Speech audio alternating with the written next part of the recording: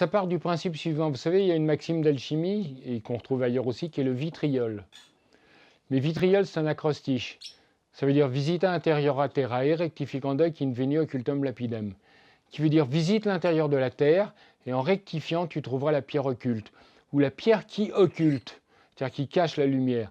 Donc perce la pierre, persévérer, et si tu la perces, tu verras la lumière. D'ailleurs, un secret ne se trouve jamais. Il se dévoile ou il se perce. Alors, ayons bien en tête cette maxime. Et là, on va parler des 7 nains. Pourquoi? Parce que ce n'est pas des nains, c'est des gnomes. Gnomes de gnose, la connaissance. Et c'est quoi leur métier des 7 nains? Ils creusent l'intérieur de la terre pour chercher des pierres précieuses. Donc ça y est, on nous dit voilà ce qu'il faut faire. Et les 7 nains, ils vont nous dire comment on va faire. Chaque nain va correspondre à une émotion qu'on doit dépasser. Il y a un bon et un mauvais côté. Donc ces 7 nains vont caractériser les 7 étapes qu'on doit suivre, qui sont les 7 métaux des alchimistes, qu'on a traduits à travers ces 7 nains, leur caractère et ce qu'ils doivent faire. Donc je vais vous donner les 7 métaux dans l'ordre, c'est-à-dire du plus lourd au plus léger. Je vais partir par exemple dans l'ordre à partir de notre monde, c'est-à-dire que nous on habite dans le 10e monde, c'est-à-dire le plus dense. La référence que je prends est par exemple celle de l'arbre des séphirotes. Pourquoi? Parce que c'est une référence facile. C'est pas du tout dogmatique, c'est parce qu'on peut l'utiliser facilement. C'est les 7 voiles d'Isis aussi, c'est la même chose. Tout ce qui va marcher par 7 va être intéressant. Donc nous on habite tout en bas, puis il faut aller tout en haut. Et pour ce faire, il y a 7 étapes. Donc la première étape à franchir, c'est la peur. Dépasse la peur pour trouver l'ouverture d'esprit, la spiritualité. Et le nain qui va correspondre et le métal, pardon, c'est l'argent. Et cet argent va nous permettre de maîtriser la peur, justement. Et le nain qui correspond à ça, c'est Simplet. Simplet, il est lunaire. Et la lune, c'est l'argent. Donc dépasse la peur et tu trouveras l'ouverture d'esprit. Bon. Quand on va dépasser la peur, qui va être le 9e monde, nous on habite dans le 10e. On va arriver dans le 8e monde. Et là, le 8e monde, c'est le monde de Mercure, le messager des dieux. Mercure, l'épreuve à franchir, c'est apprends à écouter sans n'entendre que toi. C'est l'ouverture. L'ouverture, c'est quoi? On appelle ça aussi la contemplation. Et la contemplation, ça veut dire l'ouverture du temple. C'est quel nain qui va correspondre à ça? C'est dormeur. Parce que quand on dort, on rêve. Et finalement, rêver, c'est sortir de son corps pour aller se promener, pour aller explorer. C'est pour ça que celui qui dort est dehors. On peut dire que dormir est l'antichambre de la mort. Mais la mort, on l'entend l'âme hors. Donc sortir l'âme de son corps, c'est dormir aussi. Donc quand je dors, je peux aller explorer d'autres mondes. C'est pour ça que ce nain dormeur est à l'intérieur de ça. Ensuite, quand je sors de mon corps, si je puis dire, c'est-à-dire de la densité pour aller explorer des mondes un peu plus subtils, je vais tout de suite être confronté au regard de l'autre. Et ça sera l'épreuve suivante, le 7e monde. Et ce 7e monde, c'est apprendre à connaître l'autre. C'est-à-dire, c'est par exemple le rapport entre l'homme et la femme. D'ailleurs, à remarquer que l'homme et la femme n'est pas égal. D'ailleurs, s'il y en avait 2 qui faisaient la même chose, il y en aurait un de trop. Donc on est complet en terre. Donc la femme fait descendre le feu. C'est pour ça qu'elle est toujours intercesseur entre les hommes et les dieux. Et l'homme récupère ce feu et le manifeste. C'est-à-dire, on fait quelque chose avec sa main. Et c'est quel nain qui va faire ça? C'est timide. D'ailleurs, on voit bien qu'il a un problème avec les autres timides. Donc, apprends à connaître l'autre et tu ne seras plus timide. Ah oui, j'ai oublié de vous dire que le 7e monde, la timidité, apprendre à connaître l'autre, c'est le monde du cuivre. Ça correspond à Vénus, celle qui s'allie avec les autres. C'est aussi, comment dirais-je, Aphrodite. À remarquer qu'en face, il y a Hermès, le messager des dieux. Donc celui qui a l'esprit suffisamment ouvert pour comprendre l'autre est un mélange des dieux, moitié Hermès, moitié Aphrodite. Donc l'hermaphrodite, celui qui comprend l'autre. Et s'il comprend l'autre, il reçoit la lumière au 6e monde. Donc une épreuve à franchir. Et quand je fais ça, maintenant que je suis ouvert, je vais pouvoir recevoir la connaissance. C'est-à-dire naître avec. Et qui c'est qui va me transmettre ça? C'est prof. un autre nain. Et lui, il est au 6e monde, celui qui est au milieu de l'arbre. C'est-à-dire il va représenter le soleil, celui qui rayonne, celui qui éclaire. Mais pour bien recevoir la lumière, il faut être transparent. Sinon, on la réfléchit et on brille au lieu d'éclairer. Celui qui brille n'éclaire pas. Il est un obstacle à la lumière. Et celui qui éclaire, il transmet. Parce que transmission, ça veut dire mission à travers. Et le problème de notre ego, c'est que celui qui éclaire, c'est une lampe. Et si plus la lumière est puissante, moins on voit la lampe. Et lui, il peut dire « Ah non, mais c'est moi qui l'ai fait ». Au moment où il dit ça, il redevient opaque. Et il arrête d'éclairer, il brille. Et pour briller, il faut être bien poli. Et on ne fait que refléter le regard des autres. Ça, c'est pas de la transmission, c'est de la vanité. Donc ça, c'est l'épreuve du 6e monde. C'est-à-dire, apprends à être bon, altruiste. Dépasser l'orgueil pour trouver la bonté. Ça, c'est le 6e monde, le monde du soleil. Et là, maintenant, cette lumière va éclairer ses travers. C'est pour ça qu'on va rectifier. Parce que quand on rentre dans certains endroits, on a tort, on est tordu. C'est pour ça qu'on doit réfléchir. Et d'ailleurs, on va rentrer dans un espèce de cabinet de réflexion. Réfléchir, c'est pas intellectuel, c'est réfléchir. Trouve le droit chemin, ni bien ni mal, mais juste. Tu suis la voie du milieu. Parce que si on dit je vais pousser le balancier vers la lumière, un moment ou l'autre, il faudra que je le lâche. Et si je le lâche, il va revenir de l'autre côté. Donc le but du jeu, c'est pas de pousser le balancier, c'est de l'arrêter. Et la quête, c'est la quête de l'immobilité. Nous, on court toujours après quelque chose. Donc comment on va faire pour s'arrêter ? D'ailleurs, on s'aperçoit que la création, c'est l'agitation de l'immobile. Donc pour retrouver l'unité, il faut s'arrêter. J'ai plein de gens qui me disent en permanence « Ah, j'ai pas pu grandir mes enfants ». Ben, fallait regarder. Hein. Donc arrête de courir. D'ailleurs, la paix, c'est quoi ? C'est s'arrêter. Quand on dit quelqu'un « fous-moi la paix », on entend « arrête de courir », quoi. Et d'ailleurs, à chaque fois que vous êtes confronté au bonheur, pas au plaisir, hein, vous êtes immobile, silencieux et aligné. Le bonheur est toujours immobile. La beauté vous rend toujours immobile. Vous voyez une œuvre d'art. Comment vous savez que c'est vraiment de l'art et que ce n'est pas seulement esthétique ? C'est quand vous le voyez, votre mâchoire tombe et vous êtes... Ah. Donc vous devenez immobile. Et quand vous êtes immobile, vous laissez passer la lumière. Donc ça, c'est le 6e monde, le monde du milieu, le monde de l'or. Très intéressant pour les alchimistes, puisque là est notre quête. Mais l'or, ça vient du mot aor en hébreu qui veut dire lumière. Ce n'est pas l'or matière, c'est l'aor, la lumière. Et d'ailleurs, si vous regardez comment est écrit le mot or, c'est OR. Et pour l'alchimiste, c'est intéressant, ça veut dire que tu chercheras l'eau qui est dans l'air. Et comme tu es un miroir, donc, qui est-ce qui cherche l'eau qui est dans l'air ? Ben, c'est le héros, évidemment. Donc le héros cherche l'eau qui est dans l'air. Et c'est quoi finalement la lumière ? C'est un point et sa manifestation. Le principe initial se répand. C'est la lettre I, donc le RO devient roi. Et là, vous avez la clé de toutes les contes de fées. Comment le héros va vivre 3 épreuves ? Il va épouser la fille du roi pour devenir roi lui-même. C'est ça la démarche. Donc voilà comment se fait la transmission, par exemple. Alors quand je vais avoir cette lumière, ça va me bousculer. Et donc ça sera l'épreuve suivante.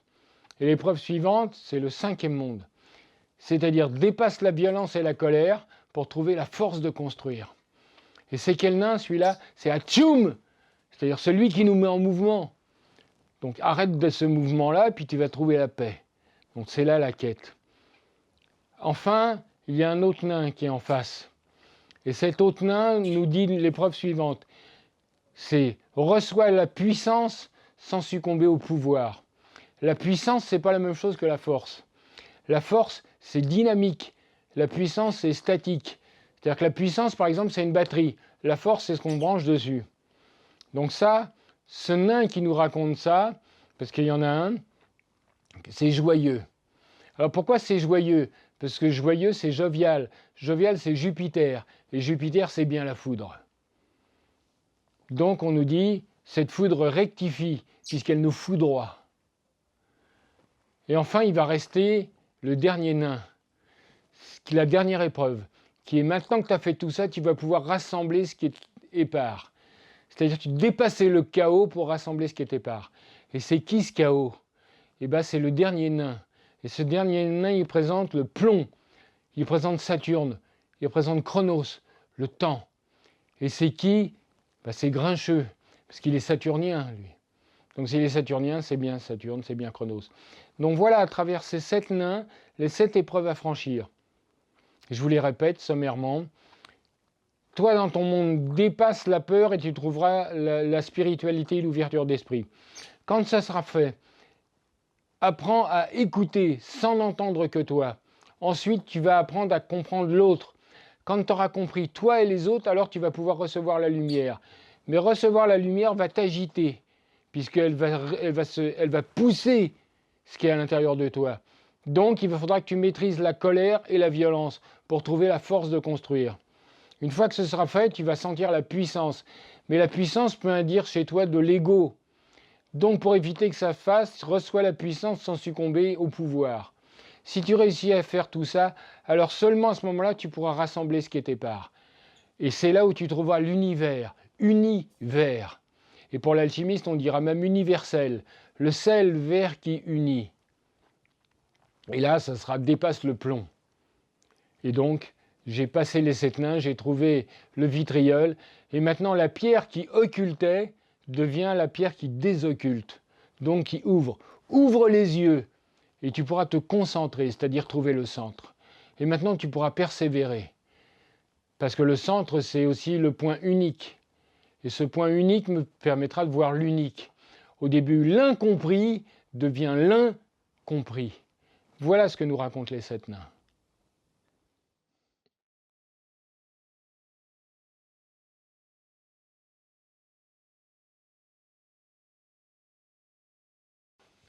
J'aime bien la question qui est liée à elle. Donc ça veut dire qu'elle est attachée avec cette question. Alors la réponse à ça, c'est que ce n'est pas le disciple qui décide. Dans disciple, il y a discipline. Donc c'est le maître qui choisit le disciple, ce n'est pas le disciple qui choisit le maître. Et c'est une obligation, le disciple, parce qu'il y a une obligation de transmission. Et on sait très bien qu'on n'est pas éternel, heureusement, parce que celui qui est éternel dans ce monde, c'est celui qui n'arrive pas à en sortir. Donc ça veut dire qu'il est toujours enfermé dans la même prison. Donc l'idée, c'est qu'à un moment, bien sûr, il faut passer la main et transmettre le flambeau. Alors oui, ça peut m'arriver de le faire, mais c'est moi qui décide. Et puis, quelquefois, c'est même à l'encontre du disciple. Je peux raconter quelques histoires sans dévoiler, parce qu'on n'a pas le droit de dévoiler d'autres adeptes. Celui qui crie sur les toits « Je suis un adepte » n'en est pas un. C'est pas, on ne met pas ça sur une carte de visite. Hein. Mais sans dévoiler qui c'est, il y a autant d'hommes que de femmes. Hein. C'est très œcuménique. Hein. On se fout complètement du sexe, de la religion, du pays, de la couleur, ça n'a pas d'importance. On s'en fout. Et donc, il y a une femme qui cherche à être disciple. Et elle a tanné un maître pendant des années, mais elle a tanné un. Et son maître lui dit, le maître lui dit, non, je ne peux pas vous prendre. Elle dit pourquoi? Elle dit parce que vous êtes une femme. Alors imaginez un peu les sauts qu'elle a fait. Bref. Et donc elle rumine ça pendant des années et elle retourne le voir en insistant. Et elle a tellement insisté qu'à un moment il accepte de la prendre. Il la prend comme disciple. Et des années après, il lui avoue que son maître à lui a dit que son disciple serait une femme. Et il l'a refusé exprès pour taper dans son ego, au risque de ne pas avoir de disciple. Chapeau. Il a fait la chose qui aurait pu le priver de disciple, parce que la seule méthode, c'était d'éprouver l'intensité de son disciple. Quel homme! Je ne peux pas le citer, parce que c'est... Mais, donc vous voyez, avoir un disciple, c'est comme avoir un enfant. C'est-à-dire on doit le couver, on doit l'assister à chaque seconde. On doit être dur avec lui quand c'est nécessaire. On n'a pas un troupeau de disciples. On doit veiller sur lui. Et puis on a besoin du disciple. Vous savez, quand on transmet, on est un pont.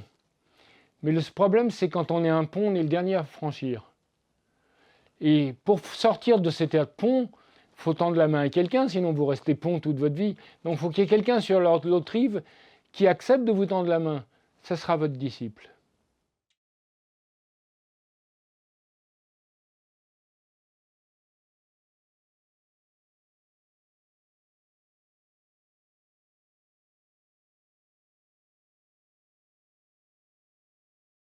Alors déjà, il y a 50 000 préacquis qui ne sont pas évidents.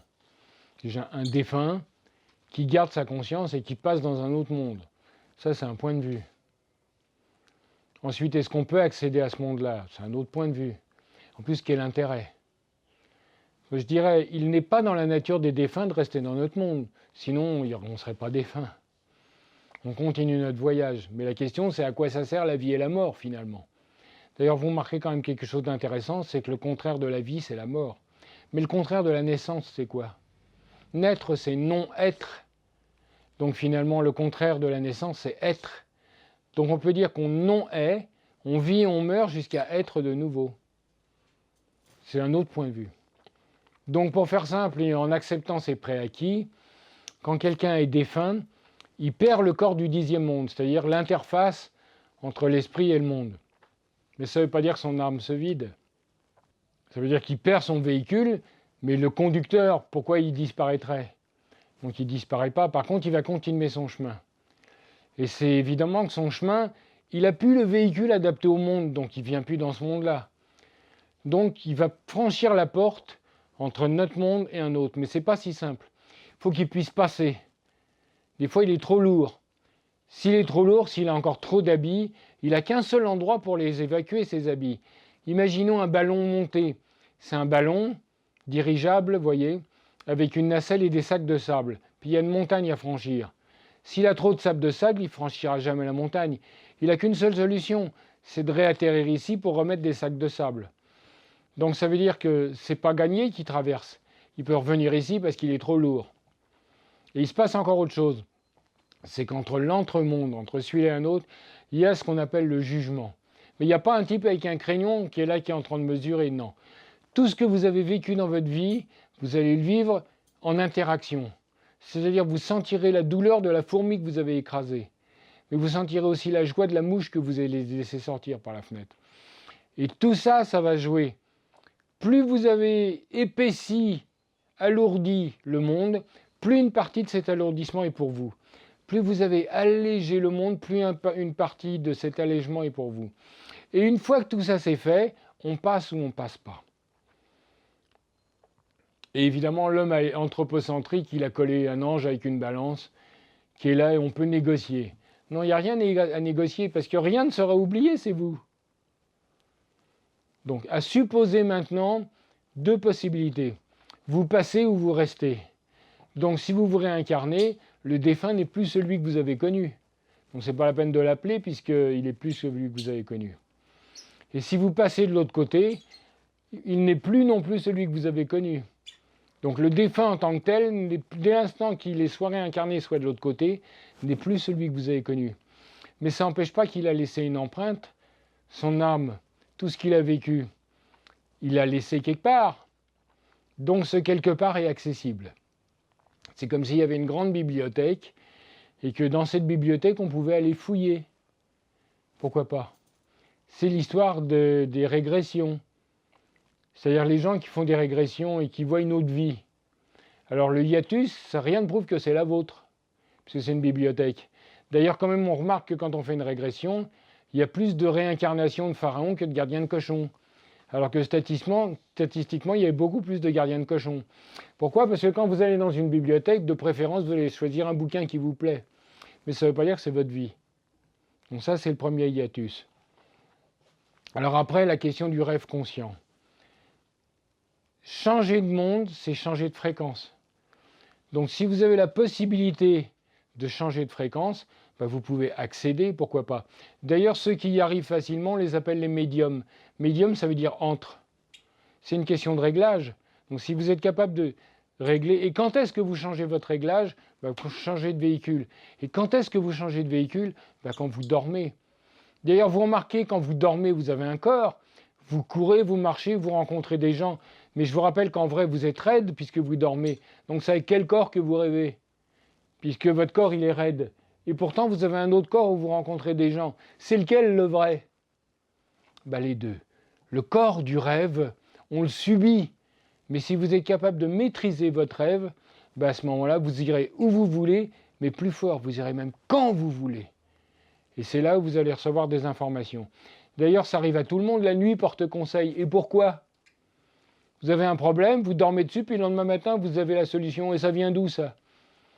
Et puis aussi, dès que vous avez une idée, vous voulez la réaliser. Si vous ne le faites pas tout de suite, vous pouvez être sûr que quelqu'un d'autre va le faire. Le nombre d'idées qu'on s'est fait voler, on dit « Ah ben j'y avais déjà pensé, un autre l'a fait ».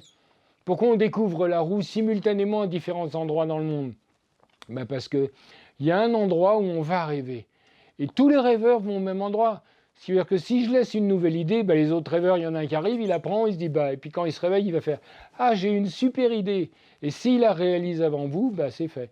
Donc c'est pour ça qu'entre le moment où vous avez une idée et que vous le réalisez, vous avez intérêt à avoir le temps le plus court possible. Parce que dès que vous avez eu cette idée, que vous rêvez dessus, elle devient accessible à tout le monde, à tous les autres rêveurs. Donc l'idée, c'est l'art de rêver. C'est la capacité de le faire exprès. Ça s'apprend aussi. Vous savez, l'alchimiste travaille dans un laboratoire, moitié labor et moitié oratoire. Donc il y a toute la partie magique. La magique, c'est quand l'âme agit. Donc si l'âme agit sur l'âme atière, on peut accéder à tout ça. Donc ça veut dire que le défunt, tant qu'il n'est pas ni passé d'un côté ni de l'autre, il est ici, mais il n'a plus le corps du 10e monde. Mais ça veut dire qu'il lui reste le corps du 9e monde, donc le corps du rêve. Mourir, c'est rêver sans revenir. C'est-à-dire que mon corps physique, je ne reviens plus dedans, puisque j'en ai plus. Mais je suis dans le même état que le corps du rêve. Donc ça veut dire que si moi je rêve, je deviens à la même fréquence qu'un défunt, donc je peux communiquer à ce moment-là. Et c'est pour ça que les défunts vont pouvoir nous parler dans les rêves, et qu'on pourra parler aux défunts dans les rêves. Tout ce que je dis n'engage que moi. Mais c'est expérimental, c'est-à-dire qu'on peut le faire exprès.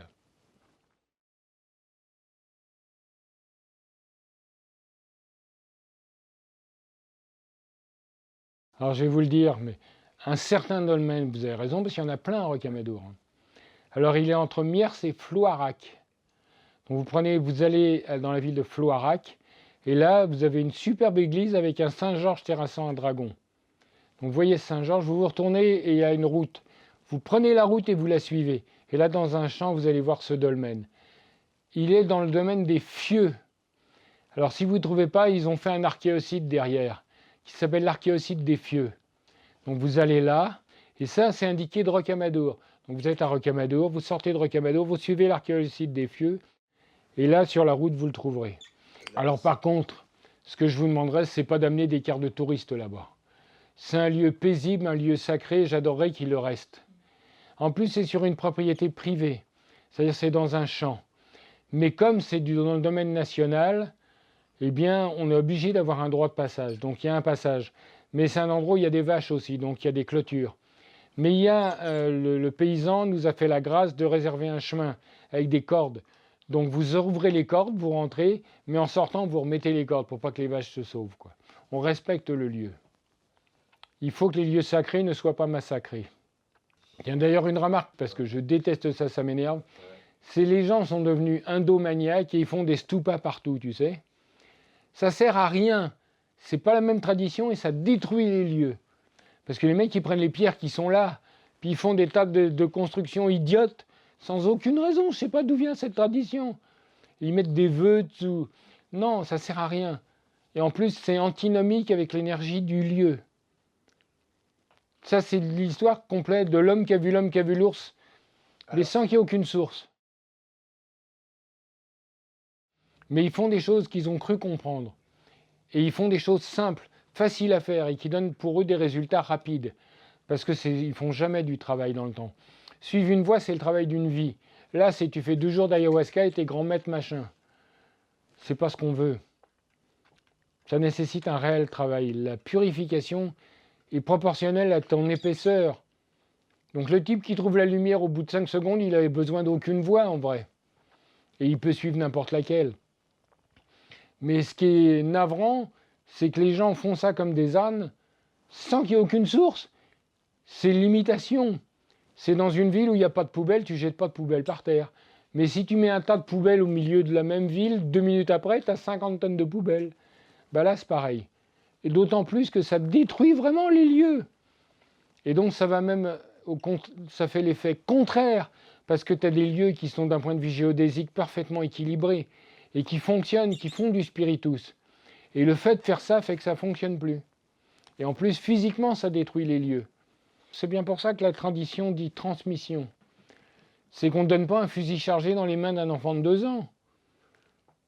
Donc il faut connaître la personne, il faut savoir, puis il faut expliquer surtout. Tu dois connaître les tenants, les aboutissants. Moi je vois, à droite à gauche, je cite personne parce que je ne critique personne. Je me suis fait un poids d'honneur à ça. Sauf si c'est vraiment des gens dangereux. Mais je veux dire, tu as des rituels, tu as des machins qui sont sur Internet ou ailleurs. Les gens, ils disent, allez-y, faites-le, il va se passer un truc. Bah, peut-être qu'il va se passer un truc, mais tu fais quoi après? Les mouches curieuses, il y en a plein les toiles d'araignée. Hein. Puis après, tu dis aux gens, bah, démerdez-vous avec ce qui arrive. Bah non, tu ne peux pas faire ça. Donc tu es responsable de ce que tu transmets.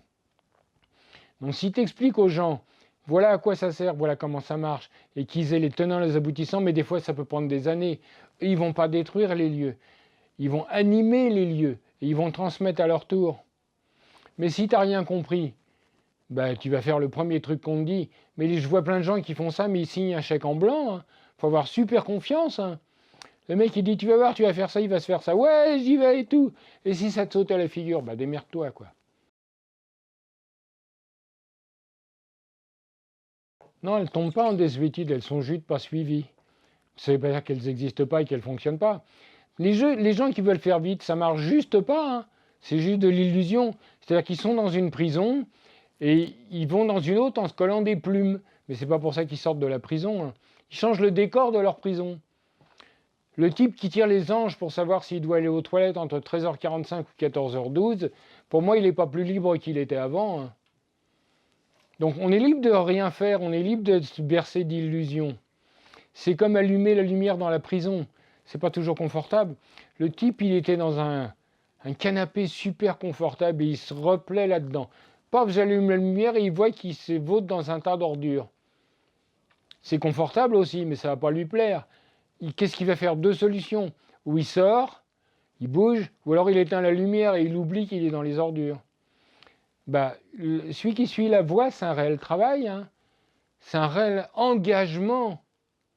C'est pour ça souvent qu'il y a un maître. Et le maître évite justement l'illusion, puisqu'il va donner les tenants, les aboutissants. Et quand le disciple il va râler, croyez qu'il va râler, parce que ça ne va pas aller aussi vite qu'il veut, et qu'il va y avoir des difficultés, suivre une voie, c'est se dépouiller de quelque chose. Et ceux qui la suivent pour avoir quelque chose sont forcément déçus, puisque le but c'est de retirer des choses. Et on voit plein de gens qui commencent à suivre une voie et qui disent « Ah ben je comprends pas, c'est pire qu'avant. Pourquoi je fais ça ?» C'est normal, parce que tu te dépouilles. Donc c'est comme une pile d'assiettes. Là on fait le ménage, mais quand on va retirer les assiettes, on va révéler celles qui sont sales dessous. Toi, tu as juste masqué ça. Et tu dis « C'est cool, je l'ai dépassé. » Tu n'as rien dépassé, tu as juste caché. On révèle tout. Donc, et c'est le problème des voies initiatiques, c'est que le premier travail, c'est pas de remplir, c'est de vider.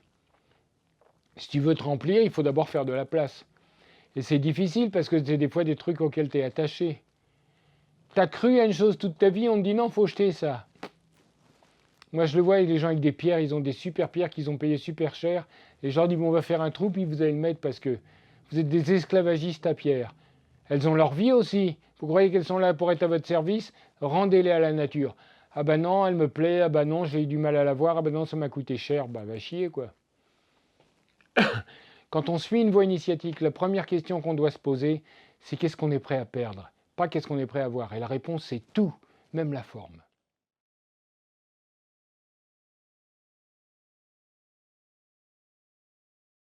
Je confirme. Et vous, dans votre parcours, vous avez le sentiment que c'est exactement... Ah ben j'en suis intimement convaincu. Si avant que je commence, on m'a dit un jour, toi tu feras de l'alchimie, j'aurais dit ça va pas, non? D'ailleurs, j'ai commencé comme ça, j'ai commencé à faire de l'alchimie pour prouver que ça n'existait pas. Je me suis dit, qu'est-ce que c'est que ce fatras de superstition moyenâgeuse?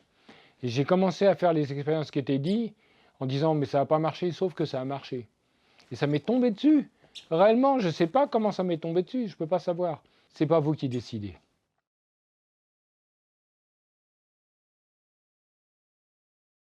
C'est un pléonasme. Être, c'est être heureux. Quand on dit « je suis heureux », c'est un pléonasme. Être, c'est dans cet état de bonheur. Attention, ne pas confondre plaisir et bonheur. Le plaisir est individuel. Le bonheur est collectif. D'ailleurs, on nous a vendu une société de plaisir en nous faisant croire que c'était le bonheur. Et c'est pour ça qu'on est malheureux, parce que ce n'est pas la bonne nourriture. Le nombre de choses qu'on a désirées ardemment et quand on l'a eu, qui est en train de rouiller dans un placard. Le bonheur, c'est quand tout est à sa place, vous aussi, mais vous ne savez pas pourquoi. Si vous vous posez la question de pourquoi vous êtes bien, vous ne l'êtes plus. Ce n'est pas du désir, le bonheur. C'est tout est à sa place. Donc, comment être heureux ici et maintenant? Il faut être ici et maintenant. Ça commence par la contemplation. C'est, comme disait Lao Tzu, la beauté est dans l'œil de celui qui regarde. Donc, tout est beau autour de nous. Moi, je vais voir un mouchoir froissé par terre, je vais dire « Ah, c'est sale, c'est moche ».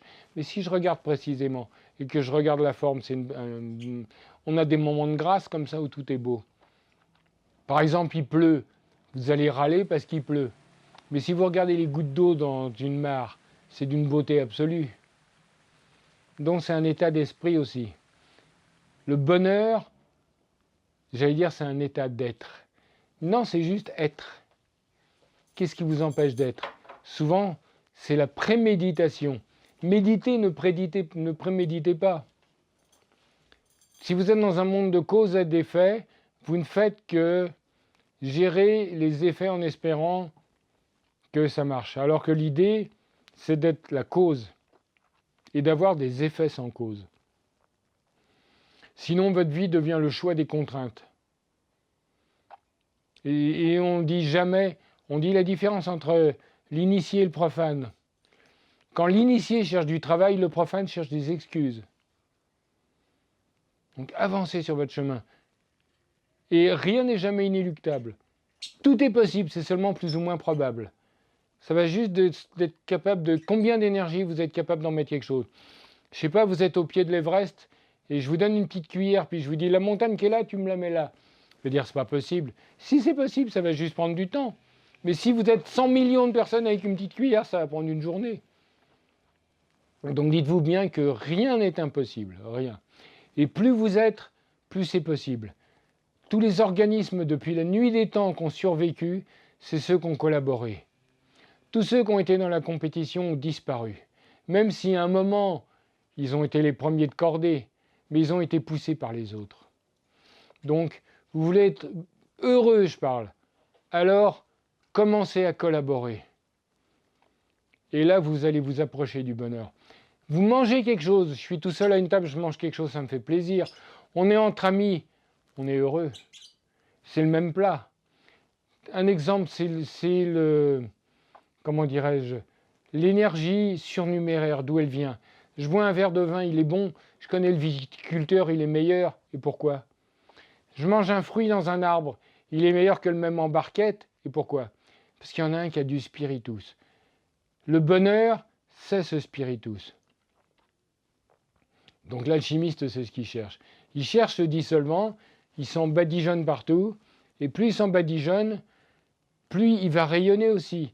Donc plus son propre contact va mettre du dissolvant aux autres, et plus les gens vont être heureux. C'est ce qui nous rend intelligents aussi. On visite une cathédrale, par exemple, et je vous raconte tout ce qu'il y a dessus. Et tout le monde me regarde en me disant « Mais pourquoi il nous dit ça? C'est une évidence, ça va de soi. » 2 jours après, vous revenez tout seul et vous ne comprenez plus rien. C'est pas que vous êtes devenu bête, c'est qu'on n'est plus dans ce spiritus. On n'est plus ensemble. Le collectif est plus intelligent que l'individuel. Pas dans le mental, mais justement dans l'absorption. Dans le temple est plus important que l'individu tout seul, la contemplation. Donc vous voulez être heureux, ça sera forcément collectif, et c'est ici et maintenant. C'est-à-dire c'est dans le présent. D'ailleurs, quand on fait un cadeau, c'est toujours un présent. Ce n'est pas un passé ni un futur.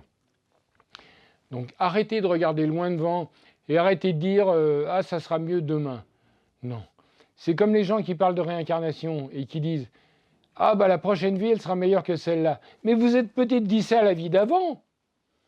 Donc c'est ici et maintenant que vous pouvez agir. Donc bougez-vous, arrêtez de vous plaindre. Celui qui est vide se plaint. Tout le temps. Et vous êtes avide. Et quand vous êtes avide, que votre voisin a un truc, vous dites c'est pas juste. Par contre, si vous êtes complet que votre voisin a quelque chose, vous dites c'est bien, vous êtes heureux pour lui. Donc le bonheur, c'est vraiment collectif. C'est vraiment la leçon qu'on doit comprendre aujourd'hui avec tout ce qui se passe dans notre monde. Et on est à la croisée des chemins là. On a le choix aujourd'hui, pour une des premières fois dans l'humanité, de choisir une société de collaboration ou une société de compétition. La société de compétition, c'est mort. D'ailleurs, tous les gens qui espèrent retrouver le monde d'avant, ils rêvent, il n'y a aucune chance, ou aucun risque plutôt. Moi, je n'ai pas du tout envie de la société d'avant, j'ai envie d'une société où les gens sont heureux. Mais ça peut être que collectif, la répartition des ressources. Comment est-il possible de vivre dans un monde où pour qu'il y en ait peu qui ait beaucoup, il faut qu'il y en ait beaucoup qui ait peu? Il faut arrêter avec ça. Donc c'est un monde de plaisir et c'est ce qu'on nous vend. Les gens, ils sont malheureux dans une entreprise, qu'est-ce qu'on fait? On leur met une table de ping-pong. Et on ne comprend pas que les gens fassent toujours grève. C'est normal. C'est le bonheur qu'ils cherchent, on leur offre du plaisir, ils n'en ont rien à battre. Donc, et le bonheur est collectif. Donc c'est extrêmement simple, c'est pour ça qu'on ne trouve pas. Et il y a une raison mécanique d'être heureux aussi, c'est soyez immobile, silencieux et aligné. Immobile, c'est arrêter de courir partout. Silencieux, c'est celui qui parle n'écoute pas. Lao Tzu disait on a une bouche et deux oreilles. C'est qu'on doit parler 2 fois moins qu'on écoute. Et aligné, pourquoi? Parce que l'information circule beaucoup plus dans un corps aligné que dans un corps chaotique. C'est l'image entre le diamant et le charbon. C'est du carbone pur les deux. Donc pourquoi il y en a un qui est dur et transparent, l'autre qui est noir et mou? C'est les contraires. Alors c'est le même corps. Donc on ne peut pas dire que la différence dépend de la matière, non, qu'elle dépend de l'alignement. Le diamant, il est aligné sur 3 axes, alors que le charbon n'est aligné que sur 2 axes. Donc plus vous êtes aligné, plus vous laisserez passer la lumière. Donc aligné, immobile et silencieux. Ça, c'est la méthode. Si vous voulez des méthodes pour être heureux. D'ailleurs, quand vous êtes inondé de lumière, l'art par exemple, une vraie œuvre d'art, pas une œuvre culturelle, moi on doit m'expliquer une œuvre d'art, c'est trop tard. Mais une œuvre d'art, ça vous rend immobile, silencieux, aligné. Vous regardez la Pietà par exemple, qu'est-ce que vous faites? Vous arrêtez de bouger, vous avez la mâchoire qui tende, et puis vous dites plus rien. Ça y est. Donc l'art vous aligne aussi, la géométrie sacrée vous aligne. Vous rentrez dans un lieu sacré, qu'est-ce que vous faites? Vous vous taisez. Puis vous avez tendance à être aligné. Et puis vous avez envie de vous arrêter quelque part. Écoutez ça, immobile, silencieux, aligné. Voilà. Certains endroits, on doit se tenir correctement. La position pharaonique, pourquoi? Parce qu'on est immobile, silencieux, aligné. Pourquoi on dit taisez-vous? Pourquoi on dit tenez-vous bien? Pour ces mêmes raisons, ça marche partout, c'est une loi universelle ça. Donc voilà la méthode et la raison. Donc vous avez de quoi faire, ou de quoi défaire.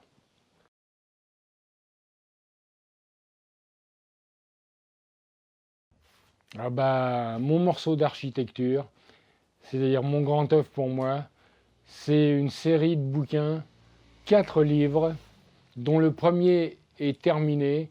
Là, je suis en train de choisir l'éditeur, qui est La Bibliothèque perdue.